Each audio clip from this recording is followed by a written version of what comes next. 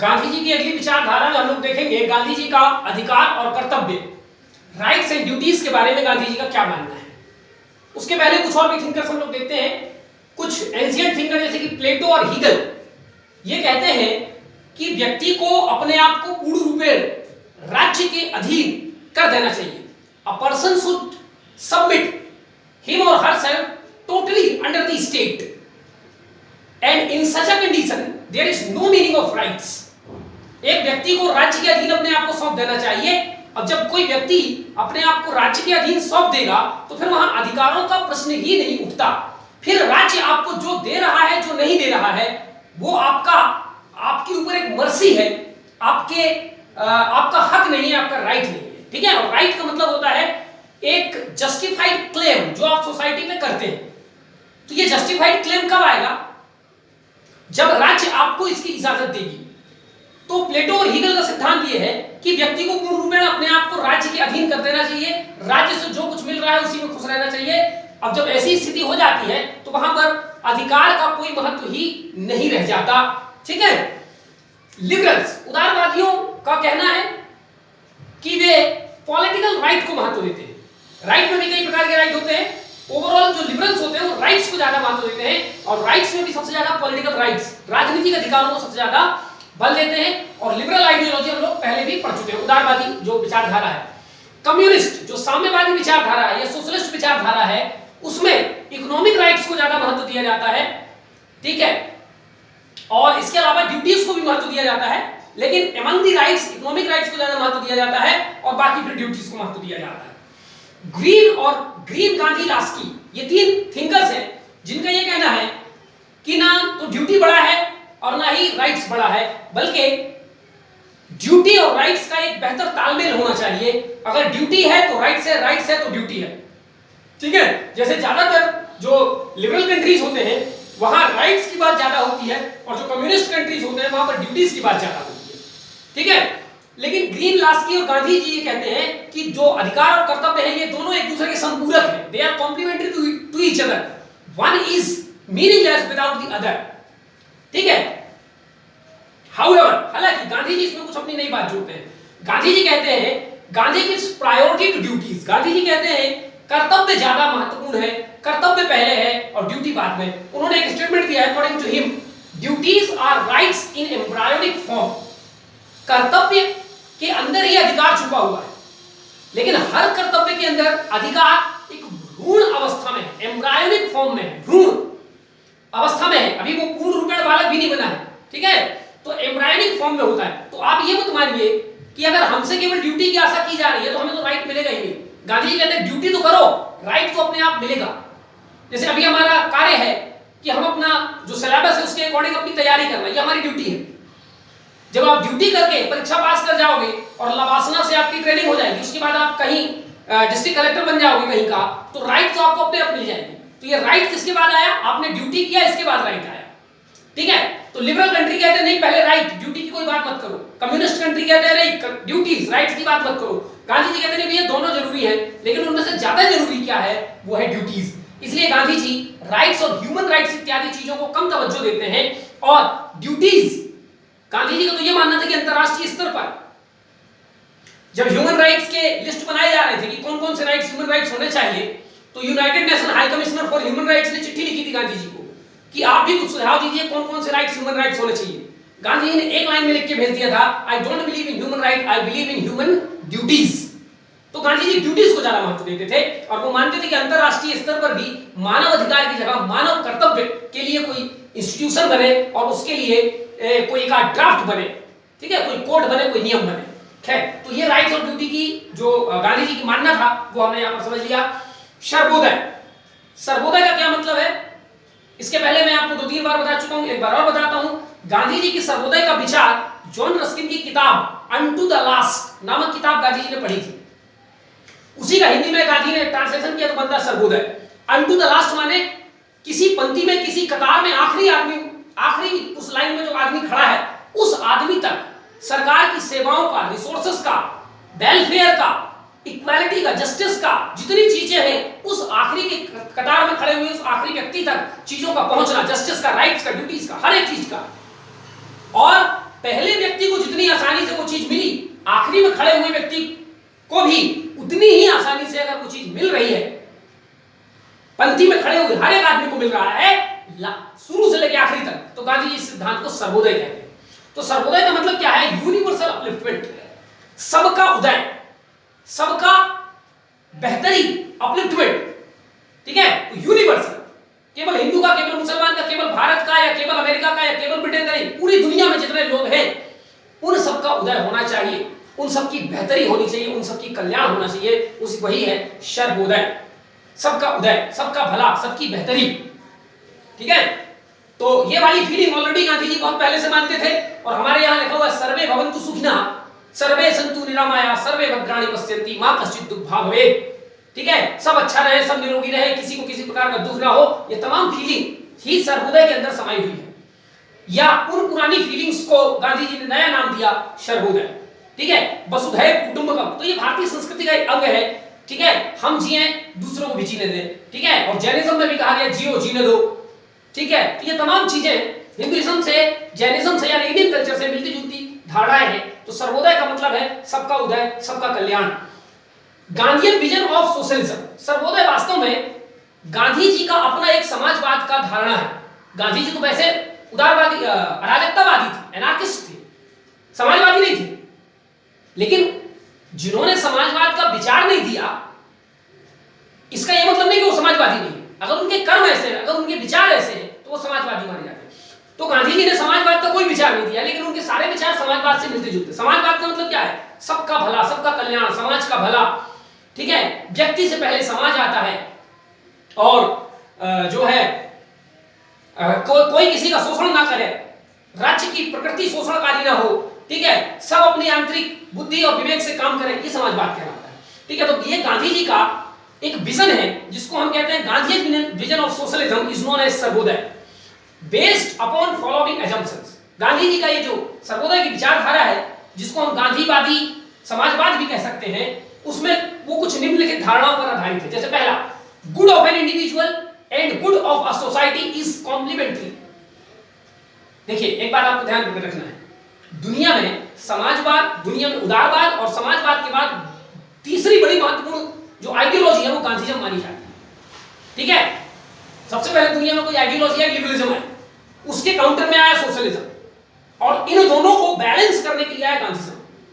तो गांधीज्म जो विचारधारा है उसमें हमें लिबरल छाप भी देखने को मिलती है, और जो सोशलिस्टिक छाप है वो भी देखने को मिलती है। लेकिन गांधी जी ने एज इट इज ना तो लिबरलिज्म से चीजों को लिया है, ना एज इट इज सोशलिज्म से लिया है, दोनों को मिला करके उनका एक ऐसा सिंथेसिस, उनका एक ऐसा जूस बनाया है जिसमें दोनों की अच्छाई है और दोनों की बुराइयों को निकाल दिया गया है। तो हम क्या देखते हैं कि लिबरलिज्म में इंडिविजुअल को महत्व दिया जाता है और सोशलिज्म में सोसाइटी को महत्व दिया जाता है। गांधी जी ने इन दोनों का सिंथेसिस किया और उन्होंने कहा कि जो व्यक्ति के लिए अच्छा है वही समाज के लिए अच्छा है, और जो समाज के लिए अच्छा है वही व्यक्ति के लिए अच्छा है। लिबरलिज्म क्या कहता है? जो व्यक्ति के लिए अच्छा है वो समाज के लिए अच्छा है। सोशलिज्म क्या कहता है? जो समाज के लिए अच्छा है वो व्यक्ति के लिए अच्छा है। गांधी जी कहते हैं दोनों कंडीशन एक साथ फुलफिल होना चाहिए। जो व्यक्ति के लिए अच्छा है वो समाज के लिए अच्छा है ऐसा मानना नहीं चाहिए, ऐसा होना भी चाहिए, और जो समाज के लिए बेहतर है वह व्यक्ति के लिए अच्छा है ऐसा होना नहीं, ऐसा मानना नहीं, बल्कि ऐसा रियलिटी में होना चाहिए। तो गांधी के सर्वोदय का मतलब है एक व्यक्ति का भला माने सबका भला, और सबका भला माने एक व्यक्ति का भला। यानी ओवरऑल गांधी जी का एसेंस है कि चाहे एक का भला करो या सबका भला करो, लेकिन पूरे समाज की फीलिंग आपके अंदर होनी चाहिए। Good of one is good for all, ठीक है? यानी इसका मतलब कुल मिला के ग्रेटर गुड फॉर ऑल, सबके लिए ज्यादा से ज्यादा कल्याण, सबके लिए ज्यादा से ज्यादा बेहतर। यहां गांधी जी जो लिबरलिज्म के अंदर एक थ्योरी है यूटिलिटेरियनिज्म, उपयोगितावाद, जिसमें जर्मी बेंथम ये कहते हैं कि greater happiness of greater number of people, ज्यादा से ज्यादा लोगों के ज्यादा से ज्यादा सुख का कार्य करना ही जो है आनंद है, यही राज्य का उद्देश्य है। गांधी जी उस बात को डिनाई करते हुए कहते हैं greater good for all. Bentham क्या कहता है? Greater good for greater number of people, ज्यादा से ज्यादा माने अगर उसको छूट भी जाए तो छूट जाने तो बेंथम कहते हैं। गांधी जी कहते नहीं, एक भी नहीं छूटना चाहिए, ग्रेटर गुड फॉर ऑल, सबके लिए समान मात्रा में सुख की प्राप्ति, सबके लिए समान मात्रा में कल्याण, ठीक है, तो सबके लिए जो भी चीज है वो सबके लिए होना चाहिए, यही सर्वोदय का सिद्धांत है। वर्क ऑफ, दूसरा इसका पिलर है, work of lawyer has same value as a work of barber. वकील के काम की भी वही वैल्यू है जो बाल काटने वाले नाऊ के काम की वैल्यू है। यहां गांधी जी दूसरे स्टेटमेंट में लेबर डिग्निटी की बात करते हैं कि काम यहां कोई छोटा बड़ा नहीं होता, वकील का काम भी उतना ही महत्वपूर्ण है, उसके काम की भी वही वैल्यू है जितना बाल काटने वाले व्यक्ति के काम की वैल्यू है। तो काम कोई छोटा बड़ा नहीं है, बार्बर अपना काम कर रहा है, लॉयर अपना काम कर रहा है, ठीक है। लेकिन इसका यह मतलब नहीं कि लॉयर ज्यादा सुपीरियर हो गया और बार्बर इंफीरियर हो गया, ठीक है। अगर ऐसा है तो उसी लॉयर से बोलो कि जरा किसी के बाल काट के दिखाओ। अगर आप इंफीरियर मानते हो तो ये तो आपसे, जब आप सुपीरियर हो तो आपसे इंफीरियर काम तो आना ही चाहिए, करके दिखाओ जरा, तो वो नहीं कर पाएगा। तो गांधी जी कहते हैं लेबर की डिग्निटी, श्रम की कीमत, श्रम का मूल्य हमें मालूम होना चाहिए। इस हिसाब से कोई कर्म बड़ा नहीं है, कोई कर्म छोटा नहीं है। यह सर्वोदय के अंदर का दूसरा सिद्धांत है। तीसरा सिद्धांत है better life of labour. Better life of labour माने श्रम की जो दशा है हमारे समाज में, हर आदमी श्रम को सम्मान की नजर से देखे, यह भावना होनी चाहिए। इसको गांधी जी कहते हैं ब्रेड लेबर। अब ये ब्रेड लेबर का कॉन्सेप्ट क्या है, इसका हिंदी कुछ ठीक नहीं बनेगा, लेकिन रोटी के लिए श्रम, अगर इसका हम हिंदी में ट्रांसलेशन करें, रोटी के लिए श्रम, ब्रेड लेबर। अब ये ब्रेड लेबर का कॉन्सेप्ट क्या है हम लोग अगले वीडियो में पढ़ेंगे, थोड़ा सा मैं यहां पर बता देता हूं। ब्रेड लेबर का कॉन्सेप्ट ये है कि गांधी जी कहते हैं कि चाहे आप कितनी भी बड़ी कंपनी, कल कारखाने के मालिक हो, समाज में हर व्यक्ति को जितने कीमत की वो रोटी खाता है उतना मेहनत उसको करना ही करना चाहिए। ये गांधी जी के ट्रस्टीशिप सिद्धांत में हम लोग पढ़ेंगे, ठीक है।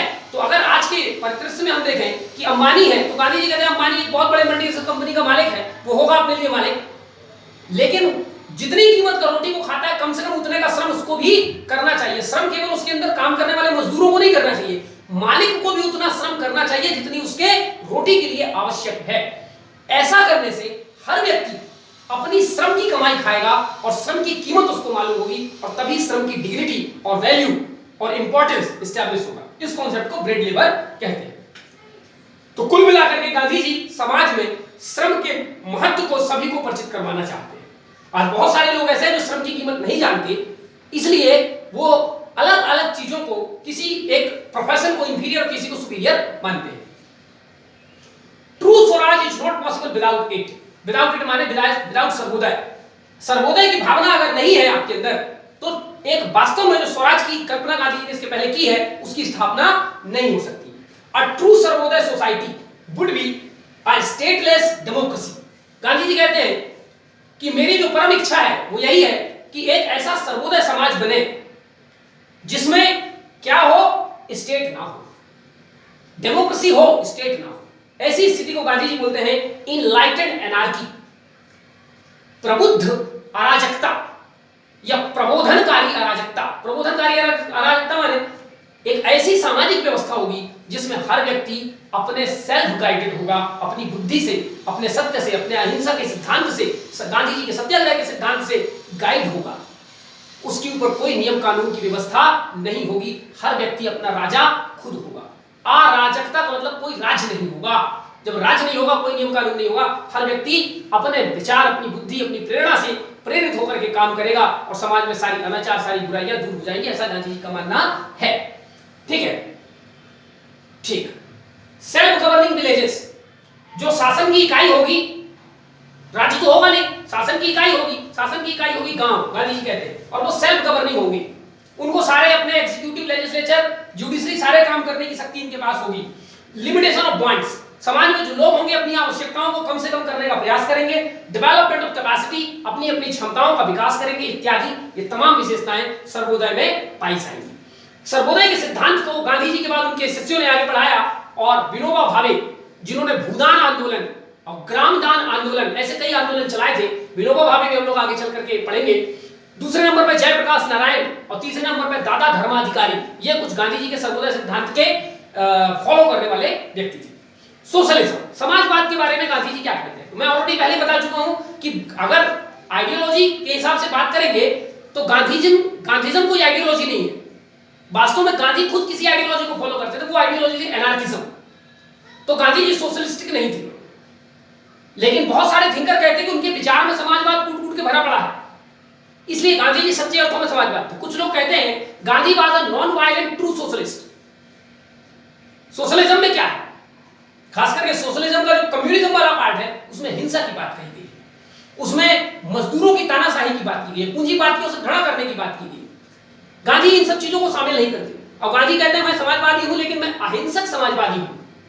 ठीक, कुछ लोग ये भी कहते हैं more than that so called socialist, जो तथाकथित समाजवादी अपने आप को कहते हैं लेकिन वो समाजवाद के सिद्धांत को खुद नहीं मानते, गांधी उनसे बड़े समाजवादी हैं because his action followed his principle. क्योंकि गांधी के कथनी करने में फर्क नहीं है, वो जो सिद्धांत देते हैं उस सिद्धांत का वो खुद भी पालन करते हैं और उनके सिद्धांत में हमने जहां कहीं भी पढ़ा उसमें समाज पहले आता है, व्यक्ति बाद में आता है, इसलिए गांधी सच्चे अर्थों में समाजवादी हैं। अकॉर्डिंग टू गांधी, गांधी के हिसाब से only non violent and a pure soul can establish a true socialism.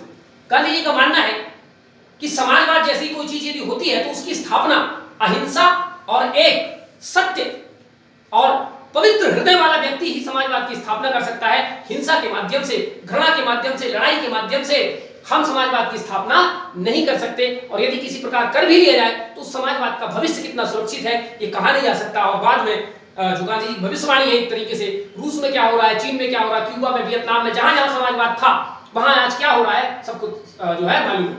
Gandhi ji की नजर में socialism means everything for all and all for everything. Gandhi ji की समाजवाद की परिभाषा है सब कुछ सबके लिए और सब सबके लिए, यानी जितनी वस्तुएं हैं संसार में वो हर व्यक्ति तक के लिए होनी चाहिए, किसी प्रकार का कोई विशेषाधिकार प्रिविलेज ना हो कि this thing is particular belongs to particular group of people.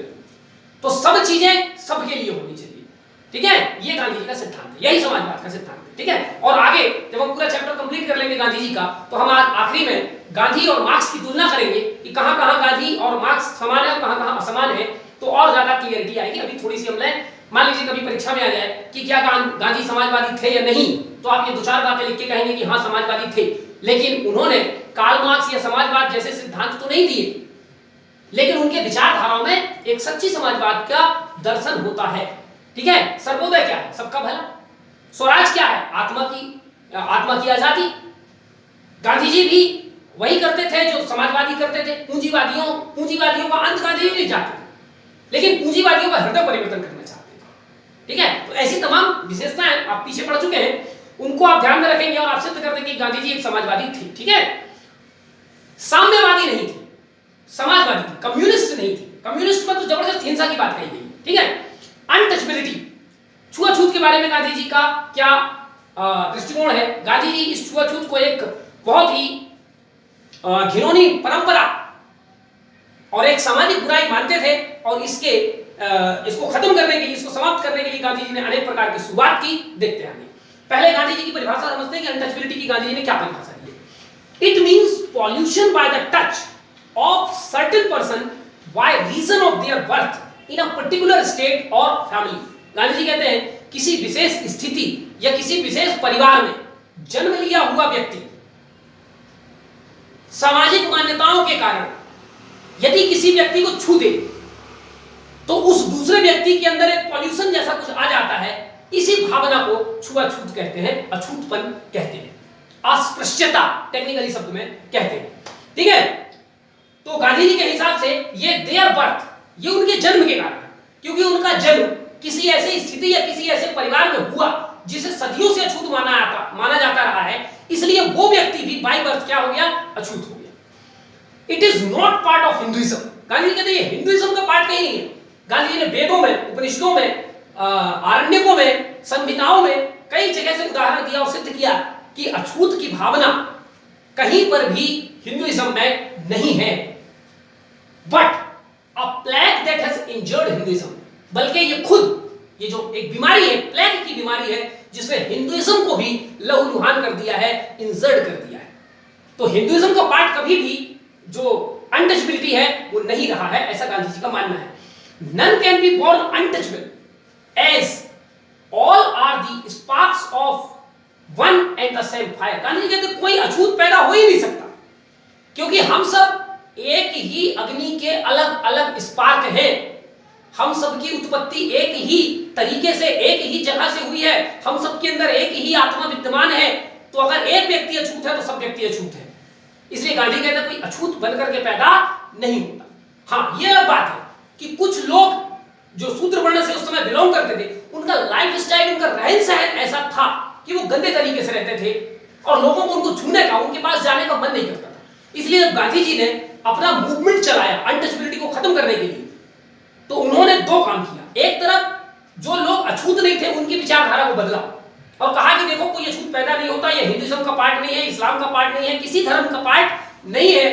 हम उसके अंदर भी वही आत्मा है जो हमारे अंदर है, उसके अंदर भी वही इच्छा है जो हमारे अंदर है। ये तमाम बातें करके एक तरफ गांधी जी उन लोगों का हृदय परिवर्तन कर रहे थे जो अछूत नहीं थे, दूसरी तरफ वो अछूतों को भी ये प्रेरणा देते थे कि ये जो तुम लोग लाइफ स्टाइल अपनाए हो, मांस खाना, शराब पीना, गंदे झोपड़ी में रहना, गंदे वस्त्र पहनना, मैले कुचैले रहना, नहाना धोना नहीं, ठीक है, इस प्रकार की आदतों से बाज आओ और इन आदतों को सुधारो, साफ सुथरे रहो। तो जब दोनों की मानसिकता बदलेगी तब छुआछूत का समापन जो है वो होगा। तो हम सब एक ही कॉमन सेंटर से पैदा हुए हैं, हम सब एक ही अग्नि से, अलग अलग चिंगारी हैं, हम सब एक ही अग्नि से पैदा हुए। तो कोई छूत कोई अछूत और कोई दलित कोई सवर्ण, ऐसी कोई भावना नहीं होनी चाहिए। Abolition of untouchability means abolition of fifth caste. Gandhi ji मानते थे कि अछूत अपने आप में पांचवा वर्ण बन के रह गया, पांचवी जाति बन के रह गई। गांधी जी वर्ण व्यवस्था को तो मानते थे, जिसमें गांधी जी बोलते हैं ब्राह्मण क्षत्रिय शूद्र वैश्य, मैं इसको मानता हूं, गांधी जी बोलते। और क्यों मानता हूं मैं आपको पीछे बता चुका हूं। गांधी जी बोलते थे चार तो है, एक ये पांचवी जाति आ गई, पांचवा वर्ण आ गया अछूत,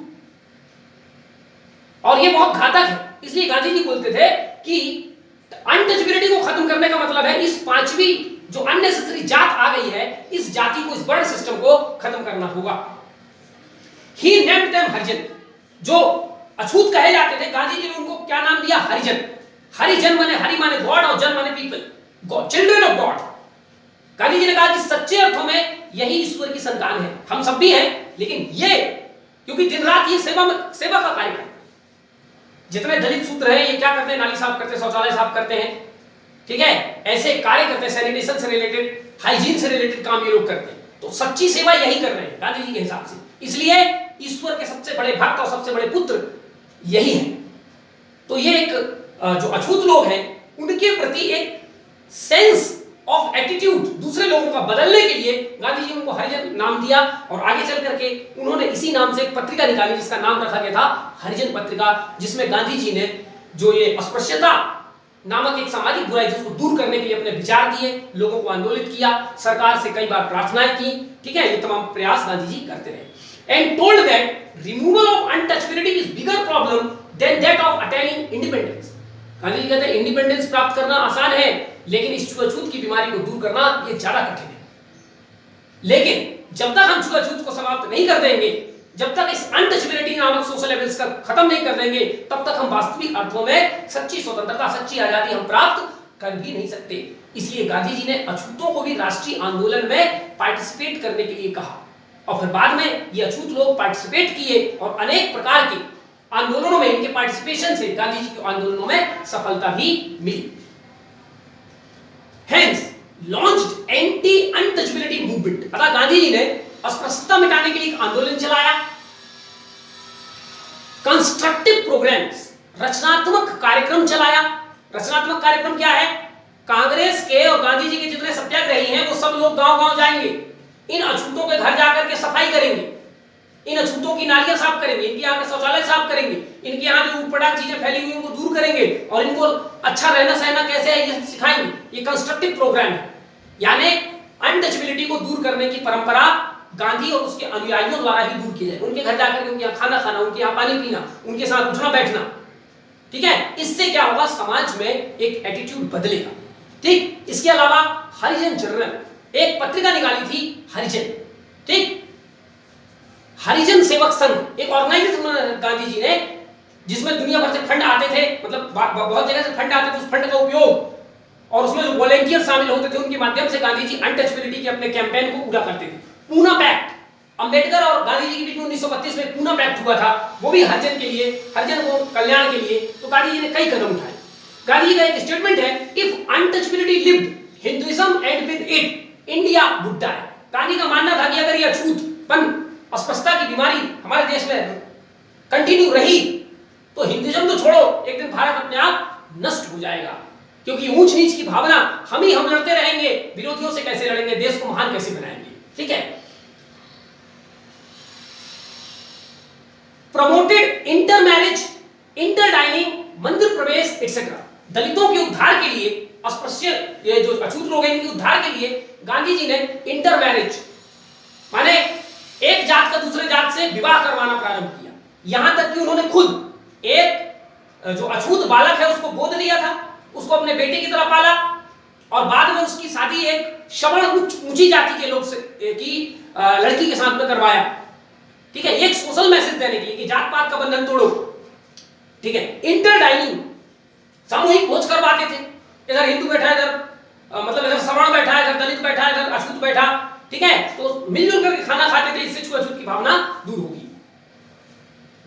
ठीक है। मंदिर प्रवेश, एक बाइकॉन सत्याग्रह हुआ है साउथ इंडिया में। ठीक है, जो मंदिर में अछूत लोगों को प्रवेश नहीं दिया जाता था, तो गांधी जी ने इस सत्याग्रह को अपना समर्थन दिया और इसमें अछूतों को मंदिर ले जाया गया और अछूत लोग अब मंदिर जाने लगे। तो धीरे धीरे एक सोशल एटीट्यूड बदला, और बाद में जब देश हमारा आजाद हुआ तो आर्टिकल 17, फिर आर्टिकल 46 और भी ऐसे कई जगह पर और आईपीसी की धाराओं में कई जगह पर गांधी जी के ये विचार शामिल हैं, और अस्पृश्यता को भारत में एक अपराध घोषित कर दिया गया है। अस्पृश्यता का प्रैक्टिस यदि कोई करता है तो व्यक्ति का ये मूल अधिकार बन गया है कि उसके खिलाफ वो आवाज उठा सकता है। ठीक है। इसके अलावा एससी एसटी बहुत सारे एक्ट भी बने हुए हैं जिनमें अछूतों के खिलाफ यदि कोई दुर्व्यवहार समाज में किया जाता है तो उसको एक कानूनी तौर पे उसकी रेमेडी उसको मिल सकती है। ठीक है। चलिए, तो ये हो गई अछूतों पर गांधी जी की बात। प्रोहिबिशन, प्रोहिबिशन माने रोक, निरोध। ठीक है, तो गांधी जी यहां पर जितने प्रकार की नशाखोरी होती थी उन सारे नशाखोर को और नशाखोरी की व्यवस्था को रोकने का जो है सजेशन देते थे। ठीक, गांधी जी का एक स्टेटमेंट है, if I became the dictator of India for 1 hour, the first thing I would do would be to close down all liquor shops without compensation. बड़ी गहरी बात गांधी जी ने कहा कि अगर मैं 1 घंटे के लिए भी इस भारत का डिक्टेटर, तानाशाह बन जाऊं, यानी मेरे ऊपर कोई नियम कानून ना हो, तो सबसे पहला काम मैं जो करूंगा, पूरे भारत देश में जितने दारू की दुकानें हैं, जितने इंटॉक्सिकेंट्स की दुकानें हैं, यहां हम कहें जहां पर गांजा, भांग, चरस, अफीम, शराब, ये सब चीजें, नशाखोरी की चीजें मिलती है, गांधी जी ने बोला मैं उनको बंद करवा दूंगा और फूटी कौड़ी कंपनसेशन भी नहीं दूंगा, क्योंकि कोई अच्छी चीज तो बेच नहीं रहे थे। तो इतने बड़े घोर विरोधी थे नशाखोरी के गांधी जी। ठीक है। ड्रिंकिंग एज वर्स देन थीविंग और प्रोस्टिट्यूशन, गांधी जी ने कहा कि शराब पीना या नशा करना उतना ही बुरा है जितना चोरी करना या जितना वेश्यावृत्ति करना। ठीक है। He called obkari as immoral, sinful and heinous source of revenue। अब आपको याद रखना है कि शराब से और ये जितने नशाखोरी के आइटम को बेचने से सरकार को सबसे ज्यादा टैक्स मिलता है, और ये आता है स्टेट गवर्नमेंट का सब्जेक्ट है ये। ठीक है, ये सेंट्रल गवर्नमेंट का नहीं है, और स्टेट गवर्नमेंट की टोटल रेवेन्यू का 30 से 40% रेवेन्यू इसी से आता है। इस टैक्स को कहते हैं आबकारी टैक्स। ठीक है, तो नशाखोरी जो टैक्स सरकार को मिलता है उसको कहते हैं आबकारी टैक्स। तो इस टैक्स को गांधी जी क्या कहते थे कि सबसे immoral, sinful and heinous source of revenue है। इमोरल माने अनैतिक है, सिंफुल माने पाप से भरा हुआ है, और हीनियस यानी अमानवीय है आबकारी से कर वसूल करना। ठीक, अब आज सारे राज्य अपने आप को गांधीवादी और गांधी के सिद्धांतों पर चलने वाले मानते हैं, लेकिन सब आबकारी टैक्स वसूल करते हैं। ठीक है, चलिए खैर आगे देखते हैं। अगला गांधी जी एक स्टेटमेंट देते हैं, a women would rather have her husband an idiot than a drunkard. Gandhi ji कहते हैं एक महिला के का जो पति है वो बेवकूफ हो जाए वो अच्छा, लेकिन शराब नहीं, मतलब नशीला पदार्थ का सेवन करने वाला दंभा नामक जो प्राणी है वो नहीं होना चाहिए, क्योंकि वो बहुत खतरनाक है। बेवकूफ हो जाए तो चलो फिर भी कुछ ठीक है। ठीक है, तो कितनी गांधी जी नशाखोरी से कितनी घृणा करते थे ये समझ में आ रहा है। ठीक है, what is good enough for England. अच्छा, कुछ लोग कहते थे कि भारत में नशाखोरी की प्रवृत्ति इंग्लैंड से आई और इंग्लैंड के लोग अपने आप को सभ्य मानते हैं, हम भी पिए, हम भी सभ्य बने। गांधी जी उनको कहते हैं कि what is good enough for England is not good enough for India. जरूरी नहीं कि जो इंडिया के लिए, इंग्लैंड के लिए अच्छा हो वो भारत के लिए अच्छा हो। क्योंकि इंग्लैंड के लोग जो पीते हैं और हम जो पीते हैं उन दोनों में काफी जमीन आसमान का अंतर है। हम वो अफोर्ड भी नहीं कर पाते जो वो पीते हैं। ठीक है, तो केवल पीना ही पर्याप्त नहीं है, क्वालिटी भी महत्वपूर्ण होती है। If we allow this drink problem to continue, our prosperity will curse us. अगर हम इस शराबखोरी की समस्या को कंटिन्यू बनाए रखते हैं तो एक दिन हम तरक्की तो बहुत कर लेंगे, लेकिन यह तरक्की हमारे लिए अभिशाप बन जाएगी। अभिशाप माने हम इस तरक्की में इतनी ज्यादा समस्याएं इन्वॉल्व हो जाएंगी। और आज हम देख रहे हैं ज्यादा से ज्यादा एक्सीडेंट के केस ड्रंक वाले होते हैं, ड्रंक एंड ड्राइव का केस। ज्यादा से ज्यादा सामाजिक अत्याचार, महिलाओं के खिलाफ अत्याचार, उनका उत्पीड़न, छोटी बच्चियों के साथ उत्पीड़न, चोरी चकारी, ज्यादातर मामले आज नशाखोरी के कारण होते हैं। तो गांधी जी यहां ये भी कहते हैं कि अगर आबकारी से आपको जो टैक्स का नुकसान हो रहा है उसको आप दूसरे तरीके से कंपनसेट कर सकते हैं। जब सामाजिक अपराध कम होंगे तो आपको पुलिस की, सेना की, न्यायालय की और भी आप जो इंफ्रास्ट्रक्चर बनाते हैं, जेल की, इन सब की कम जरूरत पड़ेगी और आपको वहां से बचत होगा और आपको इस प्रकार से कहीं घाटा होने वाला नहीं है। तो गांधी जी का ये विचार है और इन सारे विचारों को हमें याद रखना है कि हम अपने यहाँ के इंडियन कॉन्स्टिट्यूशन के आर्टिकल 43, 44 कई आर्टिकल में हम लोगों ने यहाँ पर रखा है। गांधी जी यहाँ ये भी कहते हैं कि जितने नशाखोरी की चीज है, एल्कोहल हो, गांजा हो, चरस हो, अफीम हो, इनका मेडिकल यूज के लिए छूट होगी। ठीक है, मेडिकल या हेल्थ के लिए इनका छूट होगा, नशा के लिए छूट नहीं होगी। गांधी जी नशा करने वाले जो इनका उपयोग करते थे उनके खिलाफ थे, बाकी मेडिसिनल यूज करें, साइंटिफिक रिसर्च में यूज करें, उनके लिए गांधी जी ये सब बात नहीं करते। तो हमारे यहाँ डीपीएसपी में 2-3 आर्टिकल हैं ऐसे जहां पर नशाखोरी के बारे में बात कही गई है और ये राज्य की जिम्मेदारी है कि वो डीपीएसपी को इंप्लीमेंट करें, गांधीयन प्रिंसिपल को इंप्लीमेंट करें। ठीक है, अब नेक्स्ट वीडियो में हम लोग कुछ और गांधी जी के विचार देखेंगे। अब नेक्स्ट वीडियो से हम लोग गांधी जी के इकोनॉमिक विचार शुरू करेंगे जहां ट्रस्टीशिप वगैरह का सिद्धांत पढ़ेंगे। Thank you.